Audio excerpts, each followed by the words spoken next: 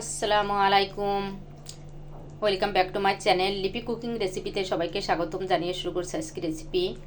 আজ আমি রান্না করেছি মান কচু দিয়ে লেয়ার মুরগি। এই রেসিপিটি তৈরি করা খুবই সহজ, খেতে ভীষণ মজার। তো চলুন দেখে নেই পুরো রেসিপিটি।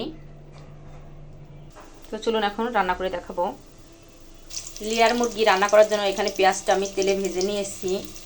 এখন দিয়ে দিব 1 চামচ রসুন বাটা, 1 চামচ আদা বাটা, 1 চামচ জিরা বাটা। আমি এখানে আছে আমার 2 কেজি মুরগি, তো আমি এখানে 1 চামচ করে মাখিয়ে নিয়েছি আর 1 চামচ করে এখন আমি মশলাটা ভেজে নিব। দেবো 1/2 চামচ হলুদের গুঁড়া, একটু আমি মেরিনেটের সময় হলুদ দিয়েছি।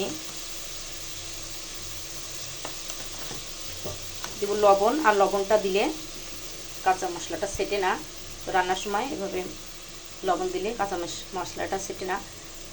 তো এখানে আমি তেজপাতা, দারচিনি, এলাচ তেলের সাথে ভেজে নিয়েছি, আর এভাবে ভেজে নিলে সুন্দর একটা ফ্লেভার আসে।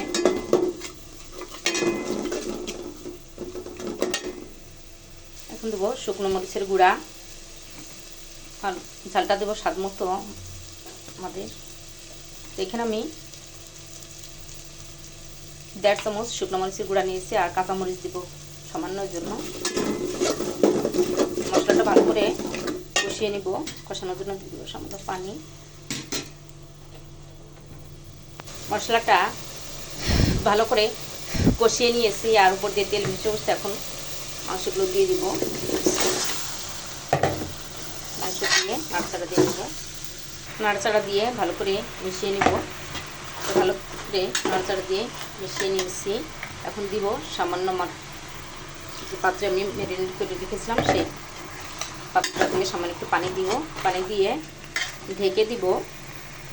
আর মাংসটা দিয়ে যে পানিটা বের হবে এই পানিটা দিয়েই মাংসটা কষিয়ে নিব। ঢাকনাটা তুলে দেখাবো। মাংসটা কষানো হয়ে গেছে, যে পানিটা গুলেছিল সেই পানিটা টেনে গেছে, আর উপর দিয়ে তেল ভেসে উঠছে। মাংসটা ভালো করে কষানো হয়ে গেছে। এখন দিয়ে দেবো পানি সিদ্ধর জন্য। আর এই মুরগিতে অনেক তেল,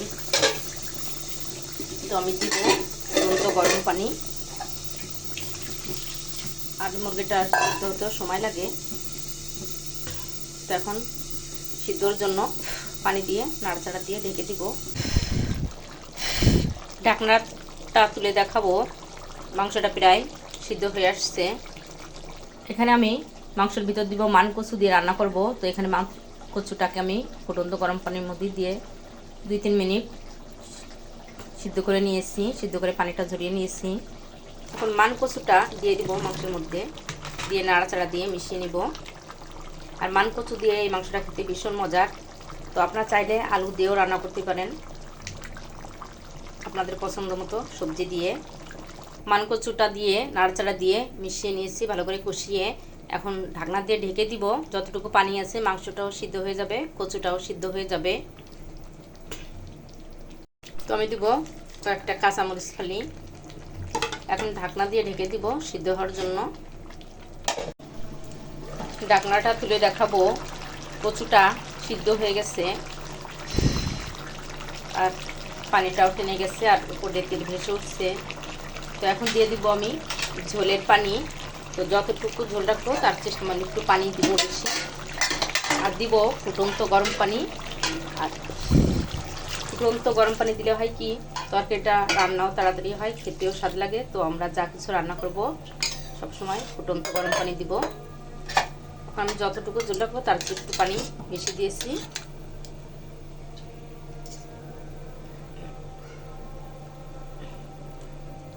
তো এখানে নিয়ে দিয়েছি ফুটন্ত গরম পানি।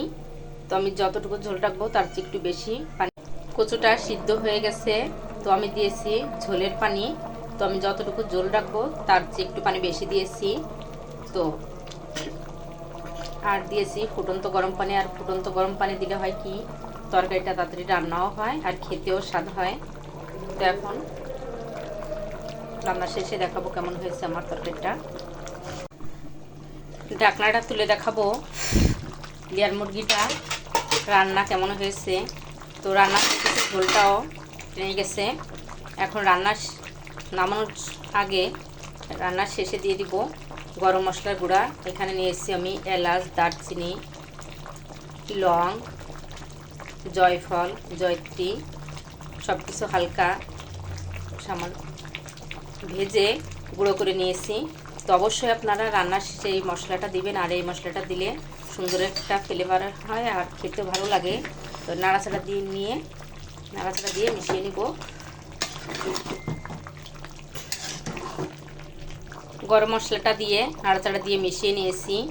তো আমার হয়ে গেল মানকচু দিয়ে লেয়ার মুরগি রান্না।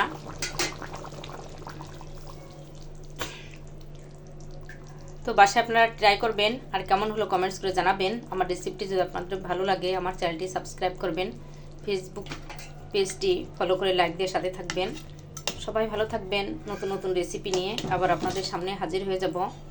আমাদের জন্য দোয়া করবেন। আল্লাহ হাফেজ।